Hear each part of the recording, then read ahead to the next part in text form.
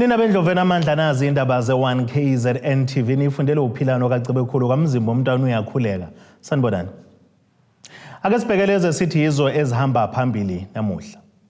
Ugcine efikile uShenge kowesilo Nosekela Mengameli. Owezemfundo uselungiselela unyaka ozayo. Kanti izoxazululeka maduze eyamanzi othongathi. Nazi indaba ze-1KZNTV. Ngemuva kokusabalala kweindaba zokuthi uNdunankulu kaZulu inkosi uMangosuthu kangeke saba engxenye yomhlangano kaSekela Mongameli wethu David Mabuza neSilo uMisuzulu kaZwelithini igcine kithelekile imbabazana emahaqa okwethamela lo mhlangano. Umabuza ophinda beke ngohlalo wekomiti elibhekele indaba zamakhosi ubezobhunga ngeindaba ezithinta ukwesekwa kwawo nguhulumeni. Isekela likaMengameli wakuleli uDavid Mabuza uvakashela Isilo uMisuzulu kaZwelithini ngenhloso yokuzobingelela kumdlokombane njengoba usukwini langolesihlanu ezobe nomhlangano ukudingida izinkinga esibhekene nobuholi bomdabu. Umabuza uphinde waveza ukuthi sebelangazelele usuku olukhulu lokugcotshwa kwesilo uMisuzulu kaZwelithini oluzoba mhla zi-29 kuMfumfu. We're looking forward. It's one event that will happen in our lifetime. We have never attended one. So we are very anxious and inquisitive. If invited, we'll come. Lo mhlangano wesilo noMabuza ubuhanjelwe nayizinhlaka ezahlukene ukuhlanganisa uNdunankulu kaZulu umntwana uMangosuthu Buthelezi nobe kunembiko yokuthi angeke abe ingxenye yalomhlangano. uMabuza uphinde waveza ukuthi ziningi izinkinga eziphakanyiswe umntwana uMangosuthu Buthelezi esithinta indlunkulu kanjalo nobuholi bomdabu. Fortunately, umntwana kaPhindangene made a very long presentation with all the issues that are affecting the kingdom and that are affecting all traditional leaders in the country. So we've got a list of issues that we must deal with that has been raised here. So our visit has been very fruitful. Olunye udaba uMabuza athi luzobe luseqhulwini kumhlangano wakhe odingida izindaba ezithinta amakhosi lokubulawa kwamakhosi kanjalo nezinduna.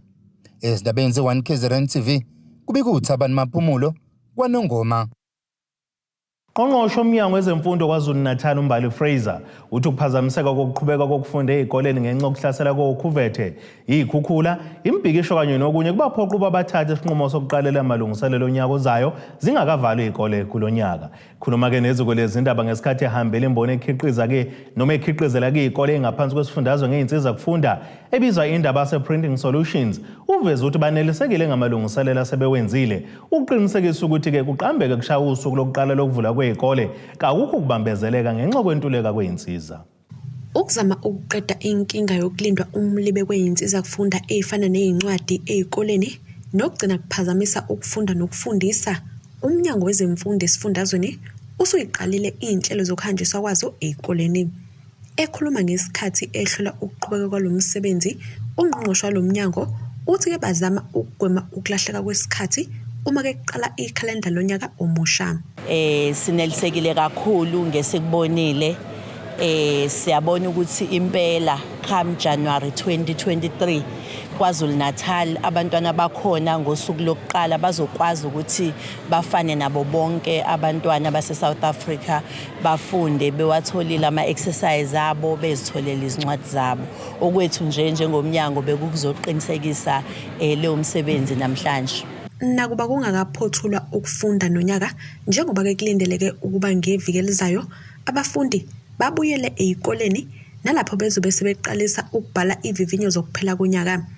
Lo mnyango usanda kuphothula uhlelo lokubhaliswa kubafundi kanti uFraser uthi ke bazoba noshwele weviki elilodwa ukuqinisekisa ukuthi labo abangakwazanga ukubhalisa bayasizakala kwazise kabekho abafundi abazobhaliswa ngonyaka ozayo. Ngifisa ukuthatha leli thuba okunikeza lona ukuthi ngikhumbuze abazali emakhaya ukuthi konke kwenzekwa kulonyaka and ngokomthetho kufanele ngabe ngomhla ka-30 September bese siqedile ukubabhalisa bonke, kodwa ke ngeyinkinga ke ziba khona Siyafisa ukuthi abangaqedile bavukele ezikoleni bayoqinisekisa ukuthi bayababhalisa abantwana ukuze sikwazi ukuthi ithi phela lenyanga sibe sazi ukuthi lo msebenzi sesiqedile ngawo, ngoba ukungabhalisi kwabo kusibangela inkinga ekutheni namanje silungisa ama-exercise nezincwadi, kodwa manje uma bona bengabalekile kuzokwenza ukuthi sibe nezinkinga uma sekufika isikhathi sokuthi kuyaqalwa kuyasetshenzwa.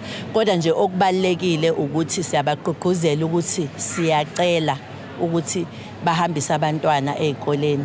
Lezi insizwa zizosatshalaliswa kuzo zonke izikole engaphansi kahulumeni wesifundazwe, kanti uhlelo lokufudukela ekufundiseni ngobuchwepheshe besimanje manje nalo luyaqhubeka.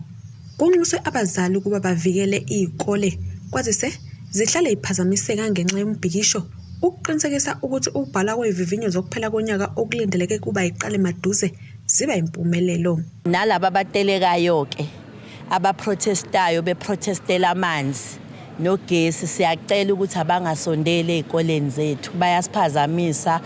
Sesizobhala i-exam, kubalekile ukuthi abantwana bangaphazanyiswa, siyacela. Indabeni KZNTV kubinguntombi khona Mvubu eThekwini.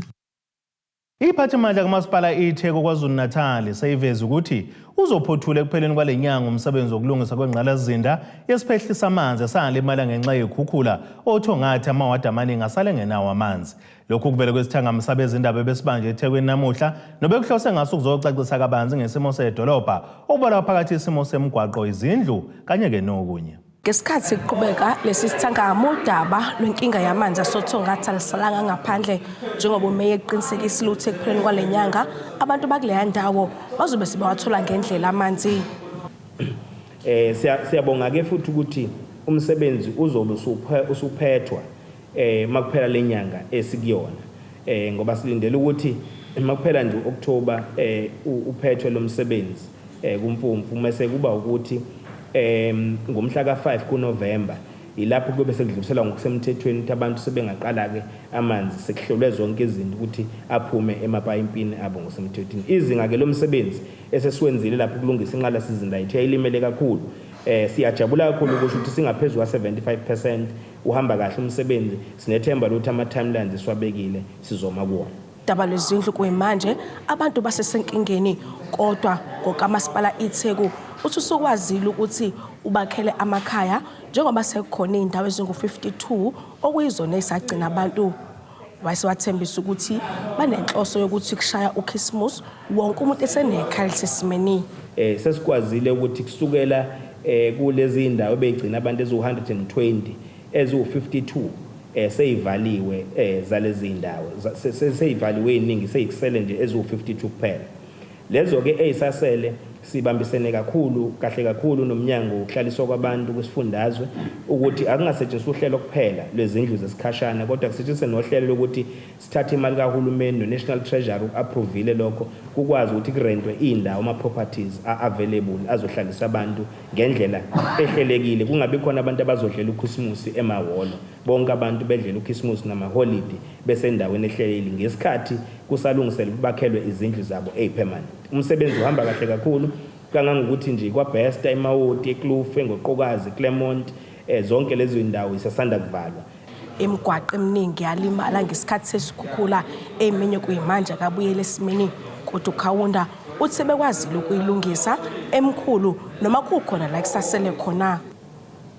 The total number of roads rehabilitation projects recorded after the April and May floods was around 2,371. The number of completed projects so far is 561. More communities can now enjoy improved access to public amenities such as schools and hospitals.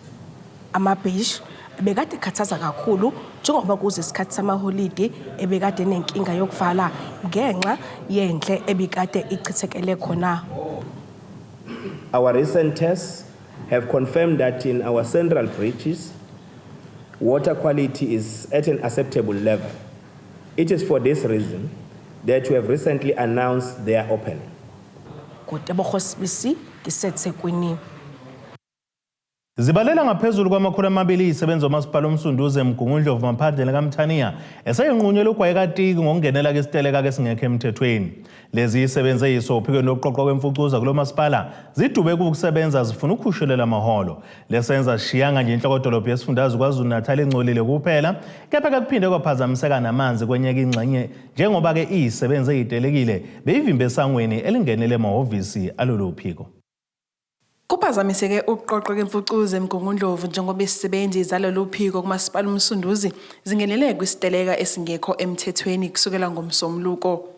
Isikhulu esiphezulu kulo masipala uLulamile Mapholoba uthe banxusa izisebenzi ukuba zibuyele emsebenzini ukugwema isenzo esifuze esaseNyukhasela lapho kwamiswa khona kwaphinde kwaxoshwa inqwaba yezisebenzi. I-issue eraised abasebenzi akubona ukuthi abaholanga. Cha, abathi abasebenzi Mapholoba asiholanga kuphela kwenyanga imali bekufanele ukuthi bathi bona siyibona thina kufanele ukuthi sihole lapha hayi la incwadi ezithima sihole khona. Manje idefine ngesilungu ngathi is an unprovoked action.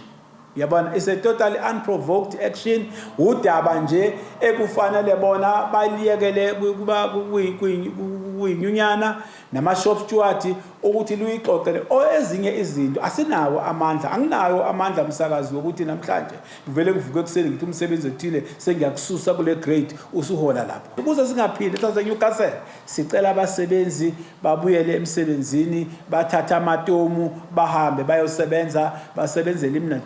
Into ehamba phambili la eMsunduzi umphakathi silana ukuzoseva umphakathi asikwazi ke ungasihambisi izidingo kodwa uma umsakazi isiteleka esingekho emthethweni esingavikelekanga siqhubeka asinayo ichoice kufanele sithathe izinyathelo zoluleko. Abanye abasebenzi abalapha umsakazi abakaqede ngijolele sithi probation. Yabona abanye abasebenzi abalapha abafanele ukusiteleka kuba babizwa ngokuthi baseyindaweni ezibucayi ama-essential services. Abafanele ukuteleka kufanele uma bezoteleka banike umqashi 7 days ukwenzela ukuthi umqashi enze ezinye indlela zokuhambisa idingo nqangi kubantu. Yabona so labo basebenzi bayibeka esimeni esilula sokuthi umqashi abaxoshwa. uMapholoba uthe ukhiphe umyalelo ukuthi zonke izisebenzi ezitelekile zibuyele emsebenzini. Makunjalo ke umthetho uyasichazela ukuthi kufanele sithathe izeluleka zokuqondisa igwegwe. Sikulelo zinga ke manje sibabhale bonke abasebenzi around 250 abasesitelekeni esingekho emthethweni abachaza ukuthi yini bengeke bahlaliswe emakhaya basuspendwe ngalesi sikhathi sisabuka lolu daba lwabo. Sibhlungu ke ngoba sithole ukuthi kukhona nabagqugquzela abama-shop steward ababili abakhona kulolu daba besamu. Siyibhaleleke isamu sathi ayicomment ukuthi thini ngalento yokuthi abanye bamalungu abo bakhona bayingxenye. Kodwa ke ngeke sisoke izandla simanagement sibe ngathi asazi ukuthi senzeni. Siqalile ngomsombuluko ukufaka into ethi ongasebenzanga kaholi. So kuzo zonke lezi insuku abasebenzi bengekho emsebenzini ngeke baloholele lo suku. Siqalile futhi njengoba ngishilo eqaleni ukuthi sikhiphile incwadi sizothatha amanyathelo okuqondisa igwegwe kubasebenzi ngoba lento ayikho emthethweni ngeke ivumeleke nakubani nakuyiphi inkampani nakuphi umnyango ukuthi abasebenzi bavele baduve nje bame emasangweni bangafuni ukuthi basebenze. Ikhansela edolobheni uDaniel Camp uthe lesi siteleka sesidale umonakalo omkhulu. It's in a situation where it needs drastic intervention, and the fact that we have illegal strikes that are not condoned by the city themselves, the residents of Msunduzi as well as business sector and ratepayers are the ones who are being mostly affected. As you can see, the city itself is a trash site. You know, we are now the dumping ground for strikers who do not want to adhere to actual bylaws as well as just employment regulations. uMasipala uMsunduzi usufaka amaphepha enkantolo avimbela ukuba lezi zisebenzi ziqhubeke nokuteleka azophinde futhi aziphoqa ukuba zibuyele emsebenzini. Ezindabeni ze1KZNTV ngu-Ayanda Dube ngisemgongondlovu. Ake siye ey'tolo siyabuya futhi umbukele nezinye zendaba zethu.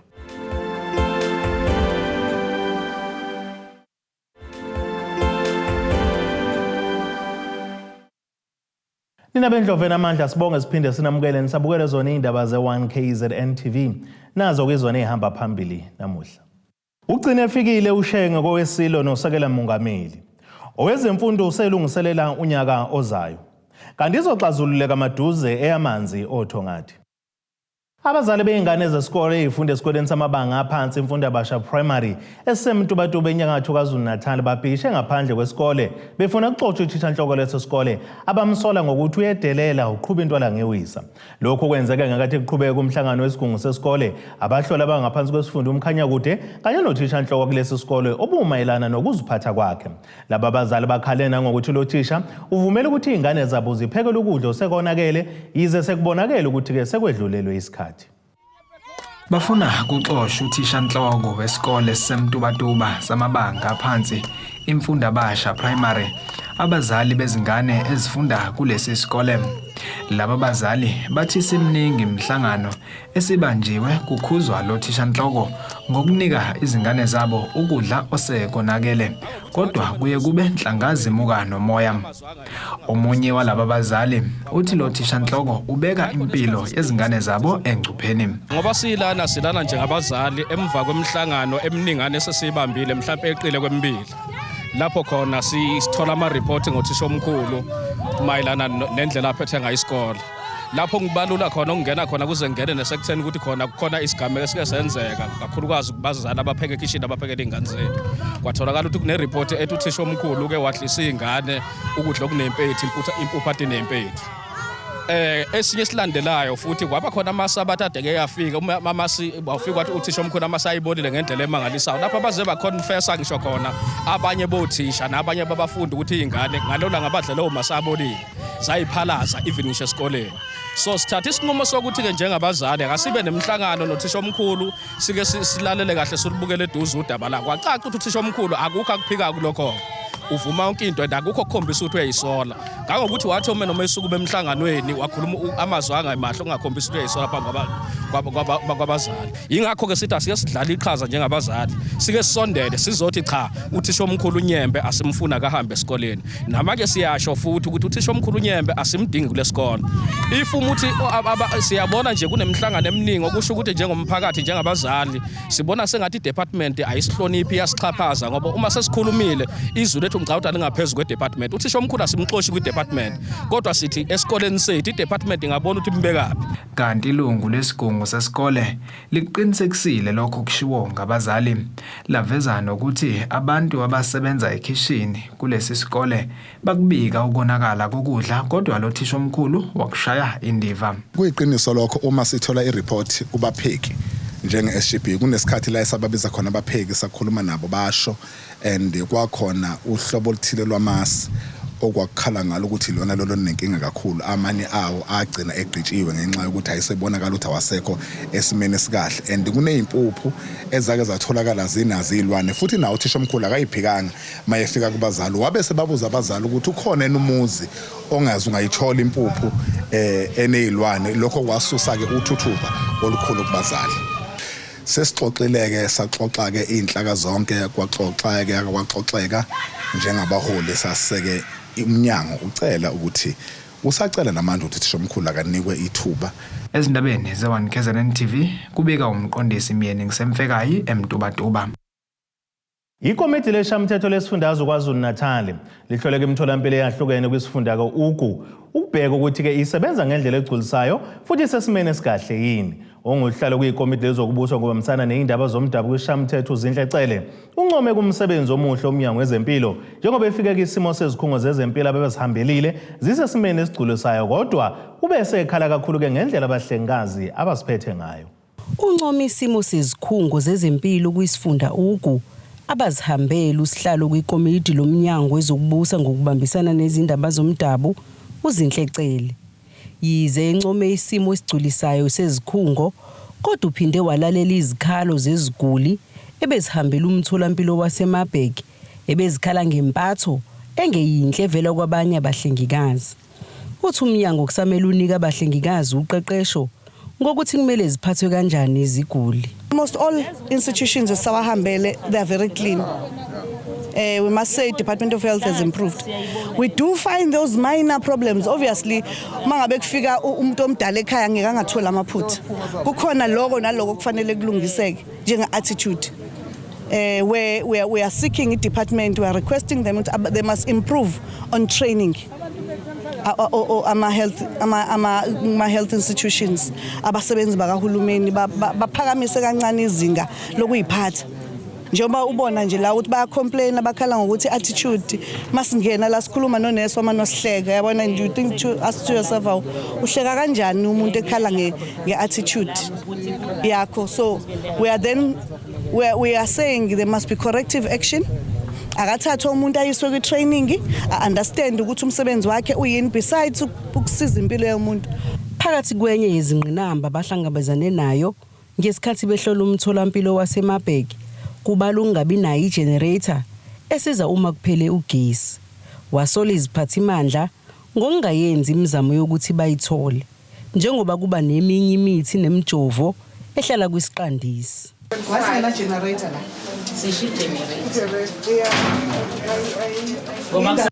And ama-customer ukuthi athole imithi esuke ingasekho right. The facility, if I might. It's critical for this institution to be generated because it's a health institution. Why there's no generator? You are paying 200 rand. We are not paying anything. So I don't understand what's this thing that you are talking about. If you provide for the municipality, so what? If you provide for the municipality, you can charge them. Why there is no generator in the institution? Phakathi kwemtholampilo ehanjelwe kuba liPhilani Clinic, iMabheki Clinic, eMtwentweni Clinic kanye neKwanzimakwe Clinic. Ezindaba enze 1KZNTV kube kuzamando sicele ngisesayidi. Eyingena manje bachithe izinsuku ezimbili beqinqa ngaphandle kwesiteshi samaphoyisa eLamontville abakhahlanyezwa zikhukhula ngoApril ngemuva kokukhishwa ehholo iDayhays eMlazi abebecuphe kulo ngemuva ke ukukhahlamezeka. Siboneke ngamabhasi kamasipala esefika ke esezothatha abantu bebehlala ngaphakathi ehholo besuka eDayhays besuka kuthiwa bazosiwa ehholo laseWema. Ehholo laseWema kanti kulekhi communication phakathi kwabaphathi bakhona nalaba abasungula ukuthi kufuneka kususwe abantu eDayhays beyeWema. Sifike khona ke sama ke laduma ke nezulu lakhona leso sikhathi kodwa simile khona namabhasi akhona masipala la kubalala bengadlile nje abantu bonke bebela balale khona la futhi bandlala izimpontshi zabo khona la phansi. Kunabantu abadala abathatha ama treatment from yesterday kuze kube manje awaze bethole lutho nje futhi akaze bethathe na treatment phela uyithatha treatment ungadlanga. So kunezingane khona la iningi infection engenzeka einganeni through ukuthi zilale phandle ngoba belale phandle nje. Unfortunately nifike sebe movileka bona sebengena aphathe emabhasini ngenxa yesimo sezulu ebeseshintshile enkathi nifika nani. Okay, awuchaze ngokuthola kweziko leindaba indawo abehlezi kuyo eyaba kwa Transnet kanti kuphoqa ukuba baphume kuyo kwazise abanikazi bese befuna ukuyisebenzisela okunye. Imvula ebiyidliva kanye ke nokuduma kwezulu obekukhona kusukela izolo ebusuku kanye ke nasemini namuhla iphelele kubo bembondelene emabhasini. Babalelwa ngaphezulu kuka100 sebebonke kubaloke nezingane abakhubazekile abafunda benza umatikuletsheni abaphazamisekayo kwazise bayilungiselela ivivinyo njengoba beqinqe lapha kabakaze ke bahlinzekwe nangokuya ngasethunjini. Khona ingane ezenza umatric ezibhalayo njengamanje zenza ama trial exam azile esikoleni ngenxa yesimo esikusona azibhalile namhlanje. So kahle asikho happy ingane omfana uthi usuyikhulisile ingane yakho ingabhemi ingaphuzi uhlangana nengane yakho isibhemi isiphuza ngoba phela ibuka kubantu abadala ehleli nabo laphana. Ingane zamantombazana ziwuvanzi ziyehla ziyenyuka ingane ulo uyitshela uthi hayikho izongena ngithi vele nihleli nibaningi kanti ingane isidlala abafana eminyango. Kunendawo la sike sayilwela njengoba ngeke ngasho eqaleni ngithi sike sahamba sawokohlala eMontclair Lodge kwakuthi kuyabonakala ukuthi lelo cala lelo siyalwini besifisa ukuthi basithathe ongcono basithathe bayosibeka khona kuleyo lodge leyo kunokuthi siqhubeke sihlale kanje ngoba kuya kusobala ukuthi namhlanje kuzolala eminyango. Kuzokhumuleka ukuthi kusukela kwenzeke izikhukhula abakhahlamezeka sebeke bakhombisa ukungenami kwabo ngokuyoqhinqa ekomkhulu likamasipala iTheku iCity Hall kanye naseMayville. Baphinde ke bangena ngendluzula esakhiweni esimele. Umasipala uthe khona izaba ozenzayo ukuqinisekisa ukuthi ke kalipheli olwanamuhla besangonde ngasithibeni. Udaba lolu luthinta abantu bakithi abafike ngamabhasi lapha epolice station yaseLamontville siyalwazi, kodwa ke esikwenzayo umasipala ukuthi ke senze izaba zokuthi sithole ibuilding okanye isakhiwo la edolobheni esizozama ke ukuthi ke sibafake kusona lingakashoni la namhlanje. Sicolisa kakhulu ngalokhu into nathi esehle ngaphezulu, kodwa ke esicelayo nje ukuthi sonke kufanele nje emphakathini siqonde ukuthi abantu abahlukunyezwe izikhukhula. Ngakho ke kubalekile ukuthi sicophelele kakhulu ngodaba oluthinta bona, akube nobuntu, kube nokubambisana nohulumeni ukubona ukuthi ke mhlambe iziphi inhlaka ezakhiwayo ukuthi bakwazi ukuthi ke basizakale. Endabeni zwa1KZNTV kube kuntombi khona Mvubu eThekwini. Ake siphinde sithi shelele ezitolo siyabuya futhi umbukele nezinye zeindaba zethu.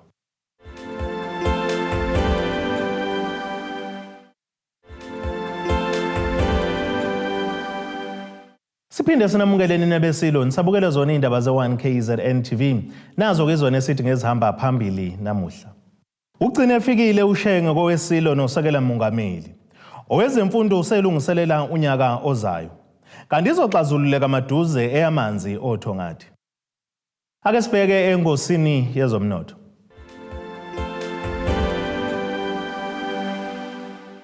Iranda kuleli bizo 17 rand 75 cents kuyidola laseMelika, libe ngu20 rand 11 cents kupondo yaseBrithani, libe ngu17 rand 59 cents kueuro yaseEurope. Intengo yegolide yonime $1,722, 1 cent ounce ukuthi intengo olongahluziwe ibe ngu$93 37 cents umphongolo. Ake sibheke engosini yezemidlalo.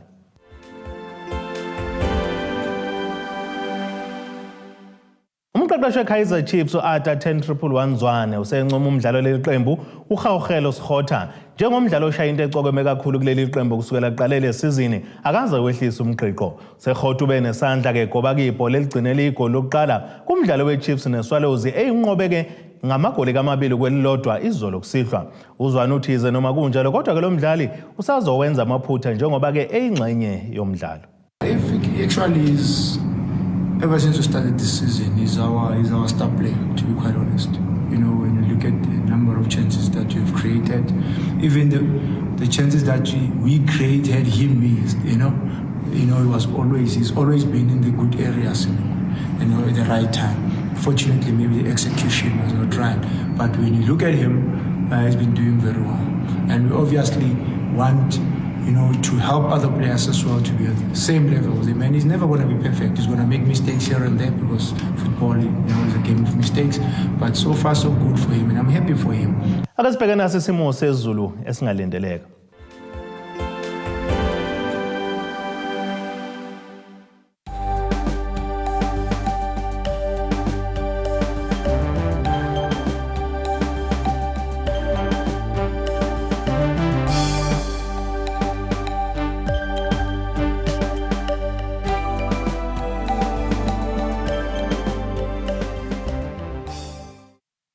Nina bomlilo othatha ushisa ikhotha zasedlebe kwawokosha neyisemabedlana. Kamzimba umntwana nethemba lonke le indaba sithi khumu kuze kube ngokuzayo.